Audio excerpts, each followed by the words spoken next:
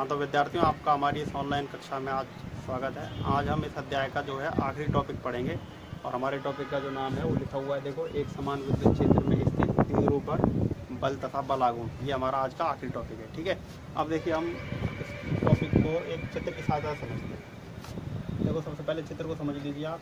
जैसे मान लो ये एक धनात्मक प्लेट है, एक ये धनात्मक प्लेट है और एक ये ऋणात्मक प्लेट है। अब इन दोनों के बीच में ये देखो विद्युत क्षेत्र एक समान है। ऊपर टॉपिक में ही लिख रखा है, देखो आपने एक समान विद्युत क्षेत्र, इसलिए हमने एक समान विद्युत क्षेत्र ले लिया। और इसमें हम क्या करते हैं कि इसमें हम यहाँ पर एक विद्युत द्विध्रुव ले लेते हैं। मानक अवस्था होती है विद्युत द्विध्रुव की गुणन की स्थिति में, इसलिए हमने इसको ले लिया। ठीक है, अब क्या है कि ये वाला जो आवेश है इसको तो हमने मान लिया -q, और ये वाला आवेश जो है इसको हमने मान लिया +q। अब ये -q पर जो बल लगेगा देखो वो तो इस तरफ लग जाएगा, और F बराबर हम इसको लिखेंगे -kqe। अब ये माइनस चिन्ह क्यों आया, देखो -q लिखा हुआ है, ये सदिश चिन्ह ले लो। माइनस इसलिए आया है क्योंकि देखो विद्युत क्षेत्र की दिशा तो इधर है E, और बल की दिशा देखो इस तरफ है F, दोनों विपरीत हैं इसलिए माइनस का चिन्ह है। और इस पर जो बल लगेगा वो इस तरफ लग जाएगा, और ये वाला बल जो होगा ये हो जाएगा F बराबर QE। ठीक है, इस पर देखो प्लस आया है क्योंकि विद्युत क्षेत्र की दिशा भी इधर है, बल की दिशा भी इधर है, ई भी इधर और एफ भी इधर, इसलिए इस पर प्लस आया है, कोई बारिश का चिन्ह नहीं आया है। ठीक है, अब देखो यहाँ से लेकर यहाँ तक विद्युत द्विध्रुव की जो दूरी होती है उसको हम क्या ले लेते हैं, उसको हम लेते हैं 2D। ये आपने पीछे भी पढ़ा होगा, 2D हम इस दूरी को लेते हैं। अब इसको एक रेखा यहाँ से आगे बढ़ाओ और एक रेखा यहाँ पर ले आओ, यानी कि लंब डाल दिया, 90 डिग्री का एंगल हो गया। इस वाले पॉइंट को तो आप मान लो ए, ये वाला बिंदु ए है, और ये वाला जो बिंदु है इसको मान लो आप बी, और इसको मान लो आप ओ। ठीक है, तो इस प्रकार से हमारे पास ये एक चित्र तैयार हो जाए। अच्छा, इसमें एक बात का ध्यान में रखना कि जो द्विध्रुव आघूर्ण की दिशा की जो होती है वो माइनस से प्लस की तरफ होती है। ये माइनस, ये प्लस, तो माइनस आवेश से प्लस आवेश की तरफ होती है। ठीक है, अब देखो हमारे पास दो चीज़ें याद करनी, एक बल याद करना, एक बल आघूर्ण याद करना। तो सबसे पहले तो हम ये देख लेते हैं कि इस पर कुल मिला के बल कितना लगेगा। तो देखिए, सबसे पहले देखते हैं बल कि द्विध्रुव पर कुल मिला के बल कितना लग रहा है। तो उसके लिए जितने भी बल हैं उन सबका सदिश योग बल, यही कुल बल होता है। ठीक है, तो यहाँ पर हम लिखेंगे कि द्विध्रुव पर कुल बल, ये ध्यान रखना बल की बात हो रही है, कि बल आघूर्ण की बात नहीं हो रही है। ठीक है, तो कुल बल जो है वो कितना हो जाएगा, देखो कुल को हम F नेट से परिचित करते हैं। नेट का मतलब होता है कुल बल। F जो कुल बल जो है ये कितना हो जाएगा, ये हो जाएगा, और देखिए F नेट कुल बल जो होगा वो कितना हो जाएगा, एक बल तो होगा -q आवेश के कारण, देखो एक तो हो जाएगा -q आवेश के कारण बल, और दूसरा जो बल होगा वो हो जाएगा +q आवेश पर जो बल लग रहा है। ठीक है, ये कुल मिला के बल हो जाएगा, सदिश रूप ले लेते हैं। और -q आवेश पर बल कितना लग रहा है, देखो -qe, इसको तो आपने ले लिया -kqe, और ये +q आवेश पर जो बल लग रहा है वो कितना, देखो ऊपर कितना लग रहा है, वो हो जाएगा +k, ये प्लस और ये माइनस, ये दोनों कैंसिल हो जाएंगे, इसलिए F नेट जो आएगा, मतलब कुल बल जो आएगा वो आ जाएगा 0। ठीक है, ये 0 बल आ गया। अब देखो ये 0 तो ठीक है, यहाँ तक तो ठीक है, लेकिन अब देखो आपको समझना क्या है, आपको समझना ये है कि इसका अर्थ क्या है। इसका अर्थ ये है कि जब इस द्विध्रुव पर कोई बल ही नहीं लग रहा, अब जब कोई बल ही नहीं लग रहा तो कहीं गति नहीं करेगा, कोई गति नहीं होगी, संतुलन की अवस्था में है। इसका मतलब ये है कि ये रेखीय गति नहीं करेगा। देखो, ना तो ये इस तरफ जाएगा ना ये इस तरफ जाएगा, ये अपनी जगह पर ही रहेगा बस इस पोजीशन में, और यहीं पर घूर्णन करता रहेगा। इस प्रकार की गति को हम कहते हैं रेखीय गति, या हम इसको कह देते हैं स्थानांतरीय गति। तो हम यहाँ पे क्या लिख सकते हैं, आप यहाँ पे एक नोट डाल देना कि द्विध्रुव पर परिणामी बल 0 है, अतः यह कोई स्थानांतरीय गति नहीं करेगा, अर्थात कोई रेखीय गति नहीं करेगा। ठीक है, आप इसका एक स्क्रीनशॉट ले लीजिए।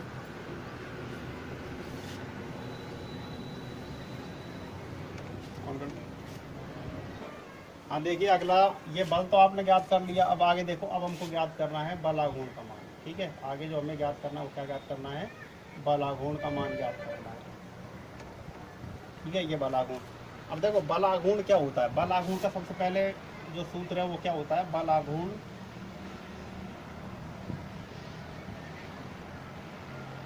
ये ध्यान रखना, बल आघूर्ण किससे प्रश्न करते हैं, टॉर्क। क्या है ये, तो पता ही होगा, पीछे पढ़ा है आपने इत्यादि क्लास में, है ना, टॉर्क।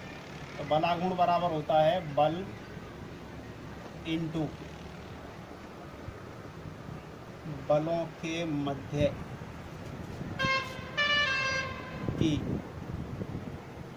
लंबवत दूरी, ये होता है बल आघूर्ण। ठीक है, बल आघूर्ण टॉ बराबर, अब देखो बल कितना है, बल तो देखो क्यू ई लग रहा है ना, अब minus Q E plus Q E, उससे अब अर्थ नहीं है, यहाँ बल है इसका मतलब बल का परिमाण, तो बल तो क्या ले लिया आपने, एफ ले लिया, अब वो प्लस क्यू ई ले लो माइनस क्यू ई ले लो, उसका परिमाण तो क्यू ई ही आएगा, ठीक है।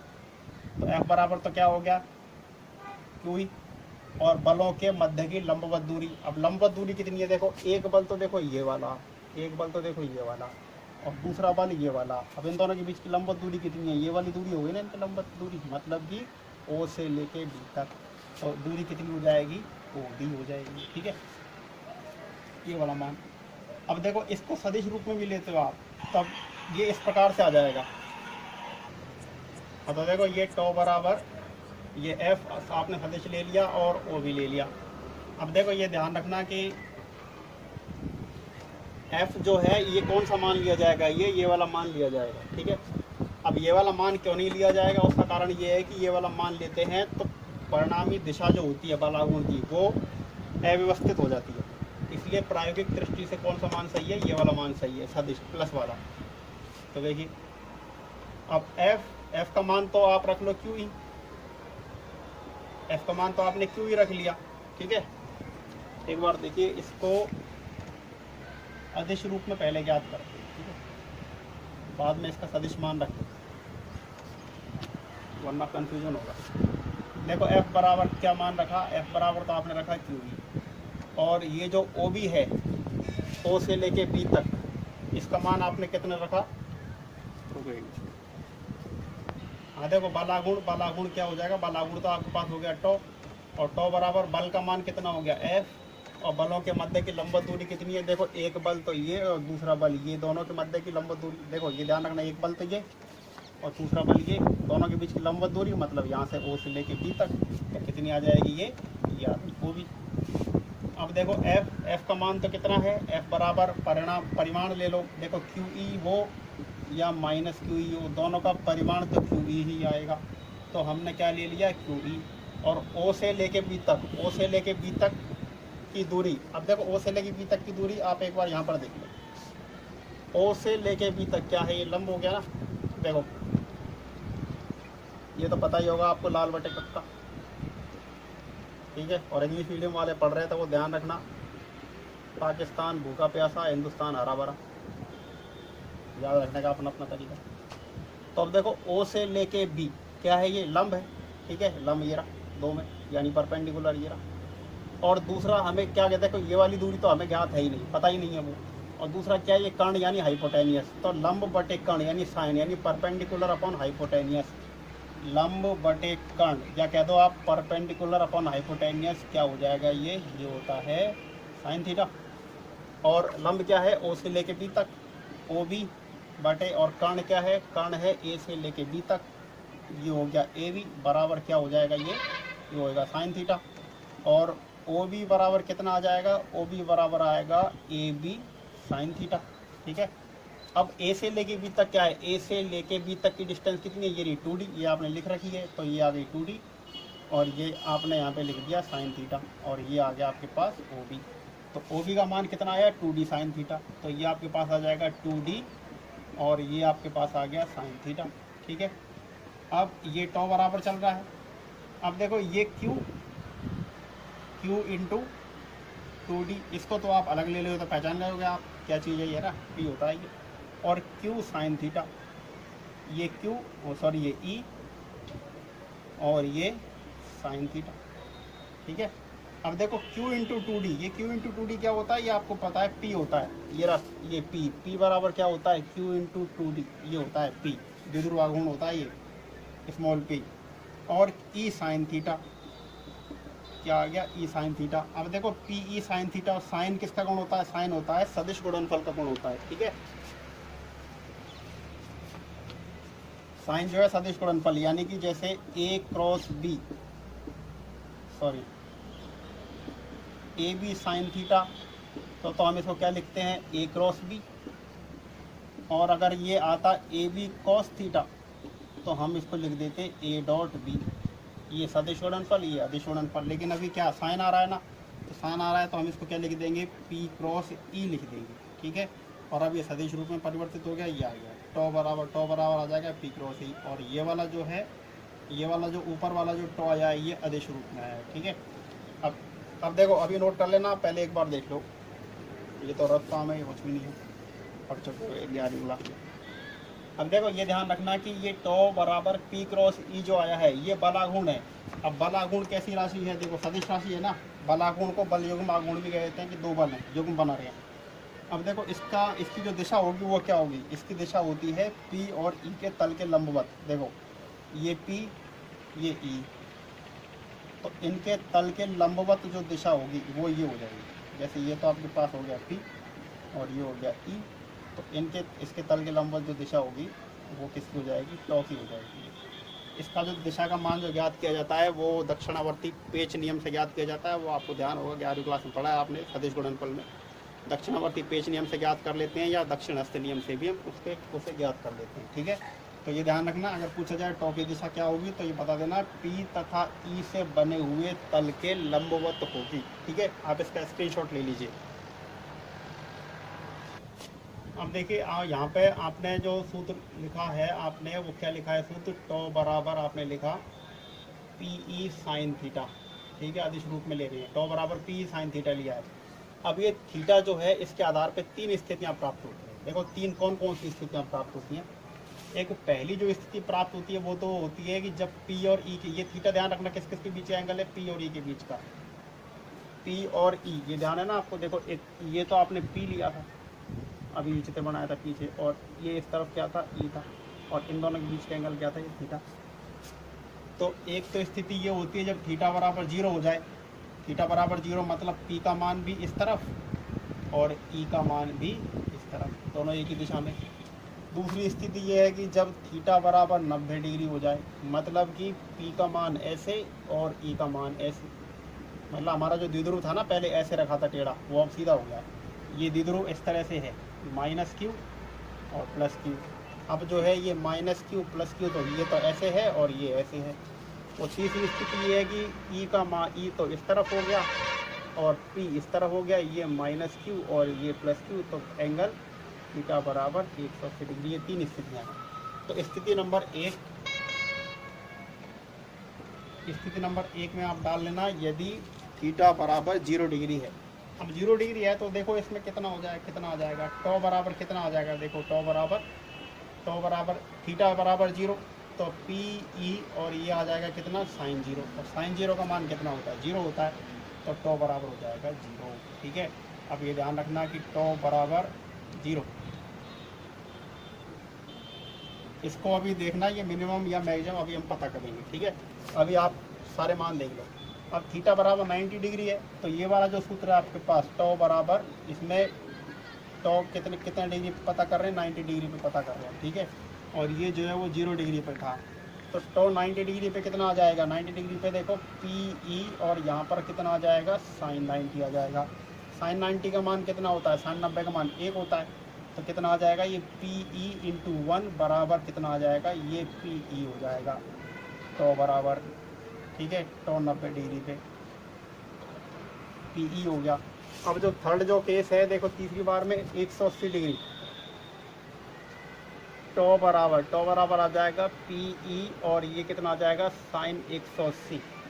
अब देखो टॉ बराबर, अब देखो साइन 180 का मान एक बार आप ध्यान देना, साइन 180 को हम क्या लिख सकते हैं, साइन 90 प्लस 90 ये लिख सकते हैं।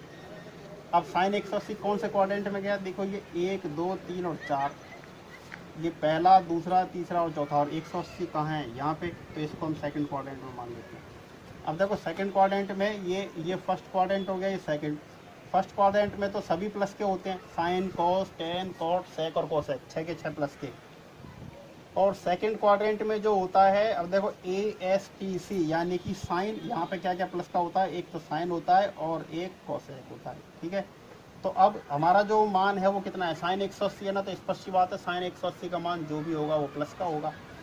और साइन 90 है ना, ये साइन 90, ये 90 और एक 270 है होता है, तो ये चेंज हो जाएगा, साइन का कॉस और कॉस का साइन, तो यहाँ पर क्या आ जाएगा, ये आ जाएगा cos 90 तो चेंज हो गया, और यहाँ पर कितना है 90। अब cos 90 का मान कितना होता है, cos 90 का मान होता है 0, ये sin 180 का मान भी होता है 0। अब इतना कुछ अगर आपको ध्यान नहीं रखना है, देखो मैथ वाले तो मैथ में पढ़ लेंगे, बायो वालों को मैं बता देता हूँ, आप केवल इतना ध्यान रख लेना sin 180 का मान 0 होता है, बस ज़्यादा कुछ करने की जरूरत नहीं है, ठीक है। तो ये टो बराबर 0। अब देखो ये तीनों मान आ गए आपके पास, ठीक है, ये तीनों मान आपके पास आ चुके हैं अलग अलग 3 स्थितियों में। अब ये ध्यान रखना कि देखो ये भी 0 है और ये भी 0 है, तो टो का ये जो है ये मिनिमम वैल्यू है, न्यूनतम मान, और ये जो है इसको हमने लिख दी मैक्सिमम वैल्यू लिख दी 90 डिग्री पे, और ये भी मिनिमम है। अब मिनिमम मान 2 बार प्राप्त हो रहा है, देखो इसका अर्थ क्या है, एक तो ये और ये मैक्सिमम तो एक ही है, तो इसमें तो कोई संशय ही नहीं, इसको तो आप ध्यान रखो। अब मिनिमम 2 बार जो है वो प्राप्त हो रहा है, तो इसको आप एक बार समझो। तो देखो यहाँ पर तो क्या है, देखो विद्युत क्षेत्र इस तरह से, और ये द्विध्रुव भी इसी तरह से है, इधर माइनस और इधर प्लस। तो अब देखो इधर तो कौन सी प्लेट थी, प्लस की, और इधर कौन सी प्लेट थी, माइनस की।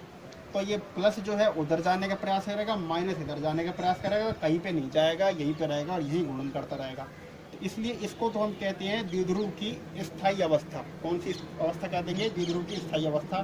तो ये जो है इसको तो हम कह देंगे स्थायी अवस्था कह देंगे, ठीक है। ये तो आपको पता ही है, ये तो लंबवत अवस्था है, ये लंबवत अवस्था है। अब यहाँ पर देख लो, आप इसको एक बार समझ लो, अब इसको एक बार समझ लीजिए। तो अब यहाँ पर देखो क्या है कि विद्युत क्षेत्र तो देखिए इस तरह से है, ठीक है, लेकिन द्विध्रुव जो है अब की बार देखो 180 है, देखो माइनस इधर प्लस इधर, तो माइनस यहाँ और प्लस यहाँ, तो ये तो हो गया प्लस की, ये हो गया माइनस। अब देखो ये तो कौन सी प्लेट हो गई, प्लस की, और ये कौन सी प्लेट हो गई, माइनस की। देखो प्लस इसको प्रतिकर्षित करेगा और माइनस माइनस को प्रतिकर्षित करेगा। तो इसका अर्थ ये है कि अगर इसको थोड़ा सा भी ऊपर या थोड़ा सा नीचे करके छोड़ दिया तो ये वापस से घूम के उधर आ जाएगा। इसका मतलब ये शून्य तो है, लेकिन ये इसकी अस्थायी अवस्था है, ठीक है, ये इसकी अस्थायी अवस्था होती है। अब आप इसका स्क्रीनशॉट ले लीजिए। हाँ तो विद्यार्थियों, आप इसका स्क्रीनशॉट ले लीजिए अब जल्दी, और आगे की कार्रवाई शुरू करते हैं। क्या बताना है आपको, आप सुन लो, स्क्रीनशॉट ले लिया होगा आपने, मैं आ जाता हूँ बोर्ड। हाँ तो देखो ये जो अध्याय है इसमें 11 टॉपिक थे, वो सारे के सारे हमने पढ़ दिए, यानी इस अध्याय का जो थ्योरेटिकल कार्य था वो आज समाप्त हो गया है, ठीक है। अब इसमें देखो करना क्या है, इसमें हमारे कुछ प्रश्न बचे हैं जो पीछे के बुक के प्रश्न होते हैं, इंपॉर्टेंट क्वेश्चन होते हैं। न्यूमेरिकल्स हम सबसे पहले करेंगे, जिसमें ऑब्जेक्टिव क्वेश्चन सबसे पहले करेंगे। तो आप लोगों को करना क्या है, ऑब्जेक्टिव क्वेश्चन तैयार रखने हैं। अब देखो आप ऑब्जेक्टिव क्वेश्चन कौन से आपको पढ़ने हैं, तो देखो ये ध्यान रखना कि हमारे देश में अलग अलग बोर्ड हैं, सबकी अलग अलग किताबें होती हैं। तो सबसे पहले तो हम क्या करेंगे, एक जो NCERT वाली जो बुक है जो अधिकांश बोर्डों में चल रही है, और इसके अलावा राजस्थान बोर्ड में प्रेजेंट में जो अभी जो बुक चल रही है उसके हम न्यूमेरिकल्स करेंगे। इसके अलावा जो MP बोर्ड और बिहार बोर्ड हमारे हिंदी भाषी क्षेत्र के जो राज्य हैं उनमें जो न्यूमेरिकल्स जो आते हैं वो भी हम यहाँ पर करेंगे, ठीक है। ये वीडियो सभी के लिए है, ऐसा नहीं है किसी एक प्रांत विशेष के लिए, ये सभी के लिए है। इंग्लिश मीडियम के विद्यार्थियों को मैं ये कहना चाह रहा हूँ, उनके लिए मैं जल्दी ही क्लास शुरू करने जा रहा हूँ, तो इंग्लिश मीडियम वाले विद्यार्थी भी हमारे साथ जुड़ सकते हैं। धन्यवाद। जय माँ भारती।